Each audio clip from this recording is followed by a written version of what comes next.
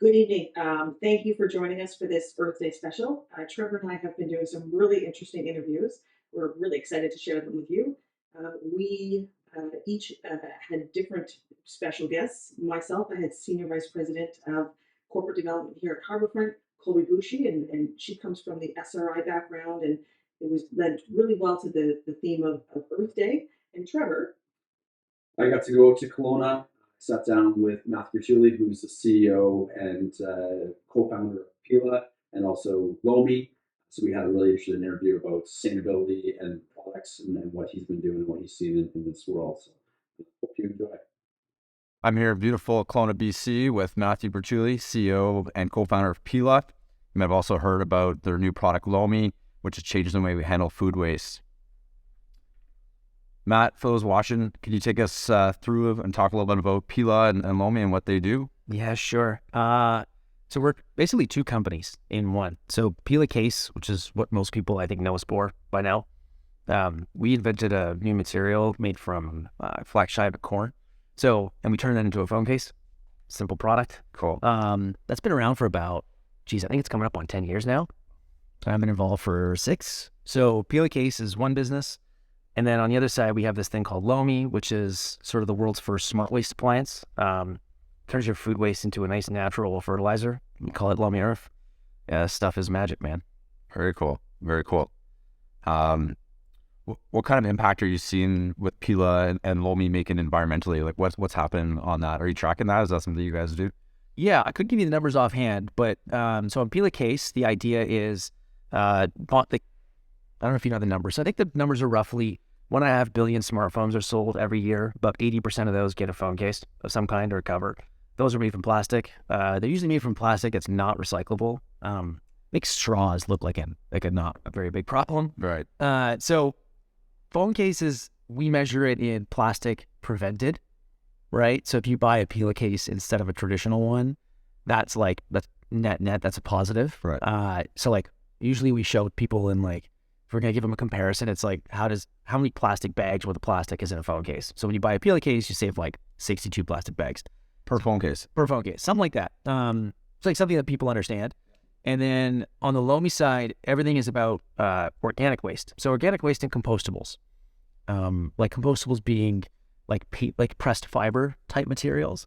So you can put all of your food scraps, like the fridge food is what I call it. The stuff that when you and your wife don't finish it or your kid brings home their lunch and doesn't want to eat it, all that can go into a Lomi, then that can go into a yard. So the impact on Lomi is actually, from a carbon footprint, is much higher than Pela Case, simply because food is, I think food right now, they say that if it was a country, it's the 3rd largest emitter of greenhouse gases on the planet after the US and China.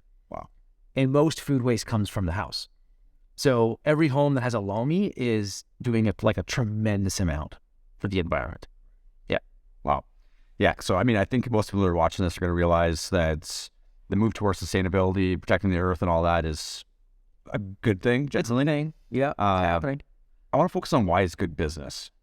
So when the Pela phone case was first launched, what made you think this was going to be something that people actually wanted? Why would they pay that premium over the cheaper products you see on Amazon or... Look, most people still don't, right? Most people will opt for the cheapest thing possible. Most, as in 90+%. Right. So there's still this it's a really nascent movement at a consumer level. There's a lot of people out there that will vote with their dollars for their values. And so that we're betting on that population growing. I think you see it, the younger in the generations you go right now, right? My parents and your parents, they didn't really care. They weren't told to care.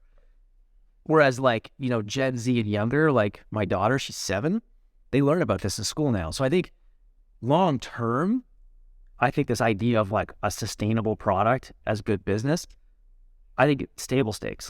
In the future, everything will be made responsibly.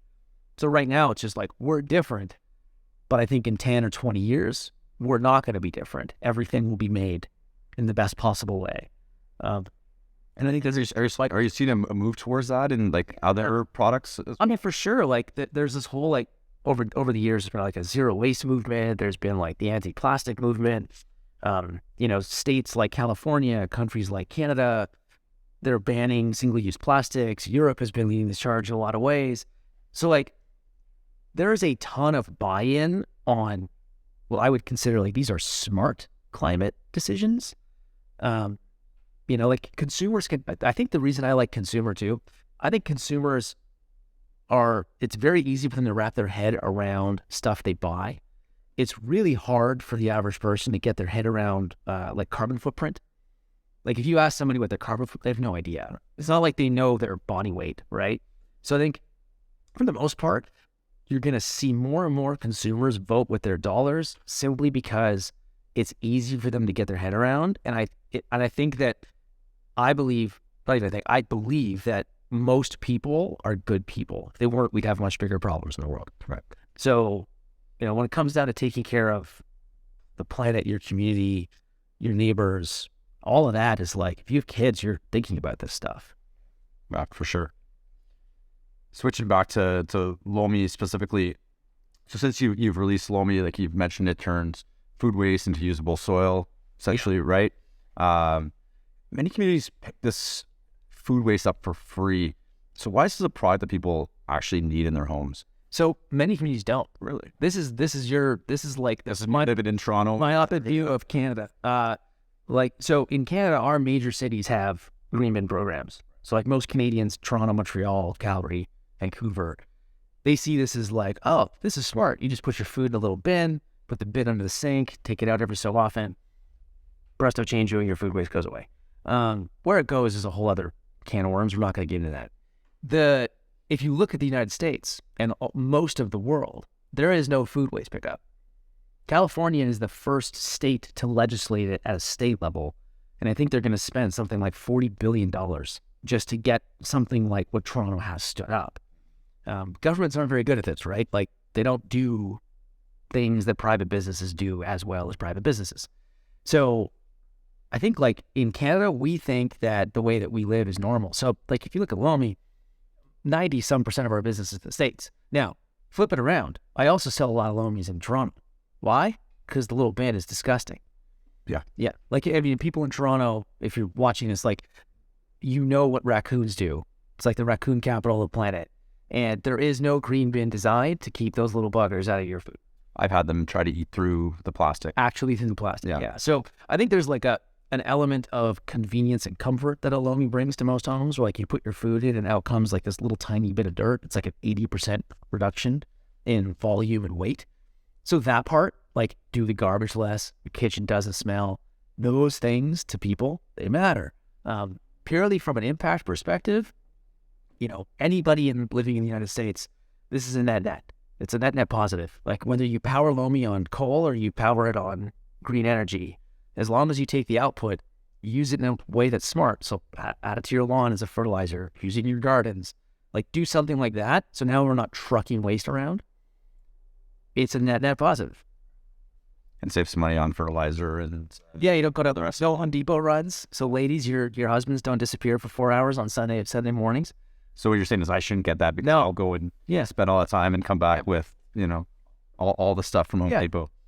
So are you surprised the type of customer that you initially thought you're going to get and how that's changed? Lomi's been like, we thought the Lomi customer would be younger, mostly because of the younger you are, the more you tend to care about the planet. Right. The surprising thing has been like average age of a Lomi customer is like in their 40s. So it's like families with young kids tends to be the customers. So it's like 35 to 45 is the sort of the sweet spot right now. And then we have like a third of our customers that are over the age of 60. I think a lot of that has to do with like, if you have a home, so you have a yard, you have gardens, you like to garden. That kind of caught us by surprise by like how popular it is with people who are like hobbyist gardeners, not like the hardcore kind that do it all the old way. I think from that perspective, sure, a little bit. But because we had Pela Case for so many years, we had a good idea of like, what are the things that people buy along this like sort of sustainability, better for the planet line. Right. So directionally, I think we were correct. We were off a little bit in like the age and it makes sense. Like the product's not the cheapest yet, right? So because of the price point, you tend to get people that are a little older because they have more disposable income. Yeah. Yeah. And on the price point, is that something you're seeing come down, or is that? Oh yeah. I mean, it's like any new technology, right? Like we're breaking so much new ground as a company that we're the first. Like, it's not like when we make a Lomi, it wasn't like I could call up like a microwave factory and say like, hey, I want a different kind of microwave. There was nobody that made these things. So like we had to build infrastructure, which as a business, like that's expensive and it's slow. So, but as we scale, right, the cost of production eventually will come down. And we're already like, we'll start to see that probably for like 2024, right? We'll see like pretty big price decreases in what we can do with the product. Very nice. Yeah. I think you kind of touched on some of the roadblocks you're seeing, but are there any other roadblocks you're seeing in creating essentially a whole new industry? Yeah. I mean, I'm obsessive about this idea of like category design. Yeah. And yeah, we're creating a new category. So like, there's a lot of things that are really hard about category design. The first is education. So like, think about it from a perspective of consumers and businesses. So if you're a consumer, Lomi is not something you've owned before. Like you don't have one of these in your kitchen. It's not like a speaker, it's not a microwave, it's not a dishwasher. Although I liken it to like, imagine what life would have been like when the dishwasher first came out in like, I think it was like the 40s or 50s. They were crazy, right? Like they were on wheels, you had to hook them up to your kitchen sink. Now they're built into every house. So I think from the category creating perspective, and I think this is going to happen to a lot of climate focused tech that's consumer, educating the customer is the hardest part because this is not stuff that we've ever bought before. So like, how do you even think about it, right? Like when somebody looks at a Lomi, it's like they look at the size of it and immediately they think like, oh, it's a toaster or it's a blender. And it's not, it's more like a dishwasher. Like you use it every single day. Most people don't use their toaster or their blender every single day. Right. Those are like put away appliances. Yeah. Lomi is very dishwasher. Like you scrape your plates into Lomi, you put the plates in dishwasher, you start them both when you go to bed.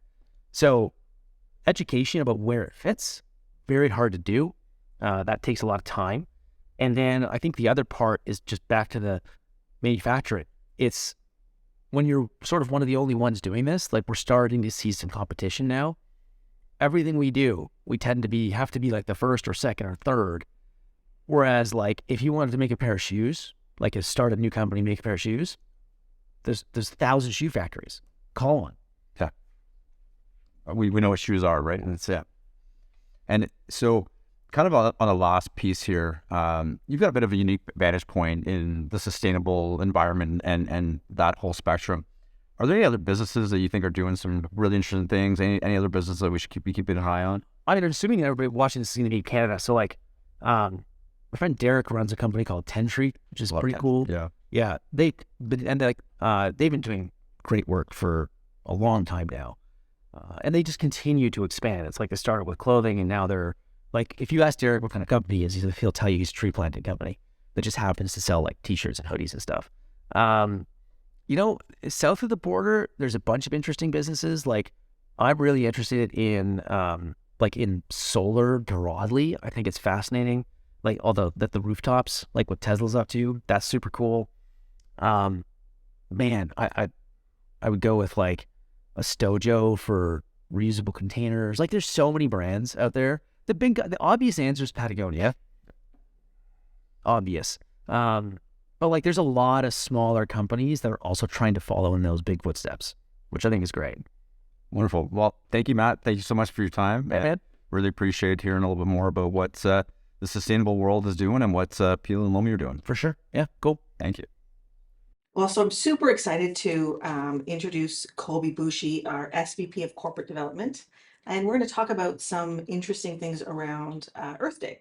So, Coby, why don't you tell us a little bit about your history and how you ended up at Harbourfront? Thank you, and I'm really happy to be here, actually. So I joined Harbourfront about 4 or 5 months ago, after 18 years at an asset management firm specializing in responsible investment. Okay. I think that's a great segue for today's conversation. Yes, it is. And one of the first questions I wanted to ask you is there's so many acronyms. I mean, not just in your space, but in the financial literacy and vernacular anyway. So what does ESG or SRI or RI, like, what do these acronyms actually mean? Again, another great question. So when I started 18 years ago with this asset management firm, I started actually as an analyst, and my business card changed 3 times, though my role didn't change 3 times. I was a sustainability analyst and then an SRI analyst, which stands for socially responsible investment analyst. Then I was an ESG analyst, which I will explain it momentarily as well. And I think that's indicative of the conflation of terminology that we're seeing in the marketplace that is very common, as to say, in the finance in general. And what I often see is the conflation between responsible investment, socially responsible investment, ESG, impact investing, ethical investing. Like, what is it that we're talking about? And I think it does create a lot of confusion, rightfully so. So if I may just take a moment and kind of demystify some of the terminology and how I view it is responsible investment is really the umbrella term that we're talking about. And that blankets different approaches underneath that umbrella. And I look at it as a spectrum. On the left, it's kind of the more simplistic approach, which is called negative screening. So that's where you're screening out areas of the market that you or your consumers or your investors don't want to own. Typical negative screens can include tobacco, illegal weapons, alcohol, pornography, gaming, nuclear, fossil fuels, et cetera, et cetera. So that's usually a value alignment. I don't want to own something because I don't want to perceive as I'm supporting it. Right. In the kind of the middle part of the spectrum is ESG. So that is, defined as incorporating environmental, social, and governance factors or criteria into the investment management and selection process. Okay. Because no company is perfect. So even if you do your ESG analysis and understand that the company has some potential ES or G risks, you can empower yourself through corporate engagement. So as a company owner of a share, you have shareholder rights. So corporate engagement can often take the form of 3 tools. So direct dialogue with companies and asking them to address how are they addressing their ESG risks. It can be proxy voting. So you get a proxy circular when you own a stock in the mail, and you can vote on some of the issues that are proposed. And if you really, if investors are really concerned about a certain issue, they can really escalate it and to develop their own shareholder resolution for all unit holders to vote on in said proxy circular. So that's kind of, negative screening, ESG, and it can be considerations and or integration. And then you go to the far right of the spectrum, and it's impact investing, which I think that's a really exciting opportunity for investors. Okay. Well, And let me just further define impact investing, that it is actually where you're marrying positive financial outcomes with positive either environmental or social outcomes. okay. So you've touched on a couple of questions I'm gonna Get pose to into. you. Yeah, no, that's really exciting. So Coby, I've been doing this for 15 years, and I know when clients would come and ask me about something in the SRI space, that's the terminology that I'm used to. Mhm. There wasn't a lot available. How have you seen it evolve? Like, what have you seen in your time here? So it's evolved drastically, I gotta say, in both sophistication of the responsible investment approaches, in capital flows, in adoption of what we call the UN principles of responsible investment, and I'll touch on that a little bit more in depth. We've seen a hockey stick of what we call signatories to the UN Convention, PRI, and typically led by institutions. We all know that, again, in private securities, much like in responsible investment, institutional trends lead retail. And so now we're seeing a lot of retail availability of responsible investment products, but with that excitement in the market and the proliferation of the products, I think it's prudent that investors work with advisors to help navigate what arguably can be a very complex ecosystem. Right. And I've heard the term greenwashing. Is this kind of what you're talking about? I was touching on it. Okay. Yes. Okay. Can you speak to that for just a moment? It is a big concern in the responsible investment universe, just because, again, we have seen proliferation of product, meaning so many new product sponsors have come to market with their version of responsible investment, and I say there's a lot of some loose language in the prospectuses on commitments to incorporating or integrating ESG factors into the investment process. Um, Conventional funds just screening out certain areas, which is fine as long as it's disclosed to the investor the approach that's being taken. And that's again why I think it's incumbent to work with an advisor, because there's a lot of nuances in the language of some of these prospectuses or offerings, and it's not always easy to differentiate what it is you're getting from what you expect you're getting. That's a very politically correct. Isn't it? It's this in finance, because it is often incredibly nuanced, and the devil's in the details. It's really important to work with someone who can help you decipher that, and really that's all they do.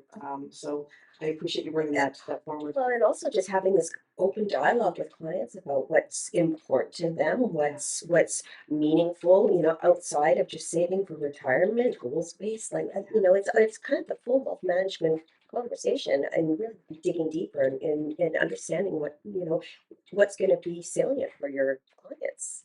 No, that's wonderful. So that actually sort of lends into my next question, which is there, it used to be sort of a loss leader, and it used to be, you felt good, but you couldn't actually make money. Are we beyond that now? Yes. Is there, can you do good and make money at the same time? Absolutely. Okay. Absolutely. And I think because it's not only about doing good, right? If we talk about kind of taking ESG as a risk mitigation tool, again, what you're really doing is you're doing your fundamental analysis like you would do on any kind of stock company, and then you're coupling that with additional analysis, additional due diligence when you're looking at ESG. So what am I not seeing on the balance sheet, which could, if realized, these risks could land on the balance sheet in a negative way. So it's just an extra step of due diligence. And so what we've actually seen empirically is that it actually outperforms. Really? Yes, when done right. I mean, there's on a individual company level, McKinsey's done a study with over 2,000 listed equities, and showing that performance is actually enhanced when a company manages their ESG risks, which makes sense if you are, mitigating, your environmental risk when you're operating, say, an offshore oil rig.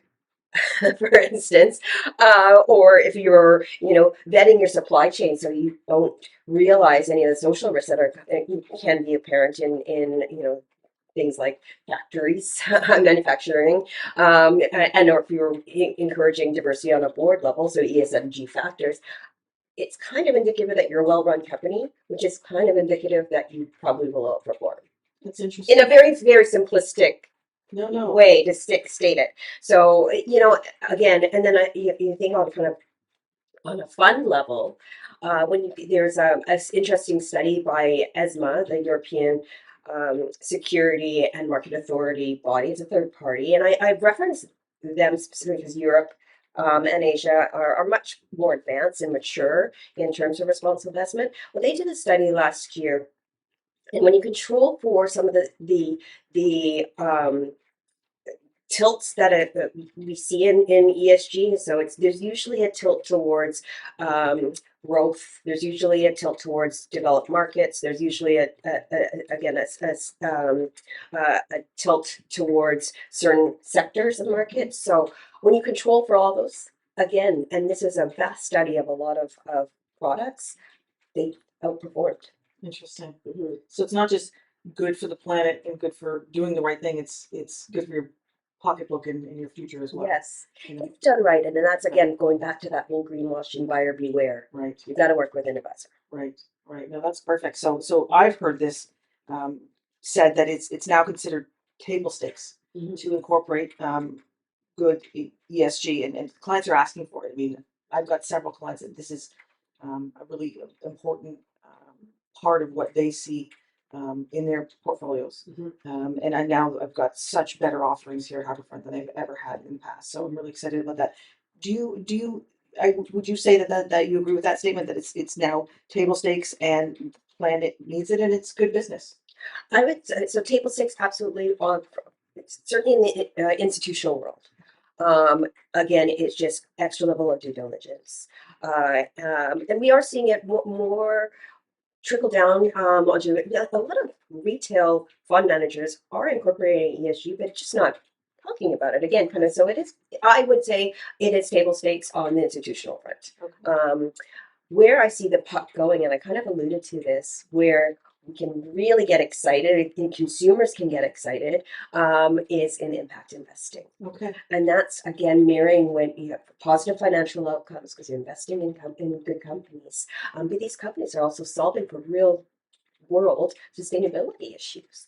Some of the themes that we're seeing in impact investing, you know, we're seeing biodiversity themes, we're seeing water themes, clean infrastructure. I mean, look at all the changing regulation around in some of these areas. And so, for the universe of these impact companies, again, companies that are solving for real life challenges, environmental challenges, we're seeing the universe expand. We're seeing unprecedented demand for their products and services, which for me as an investor tells me there's opportunity there. Absolutely. Absolutely.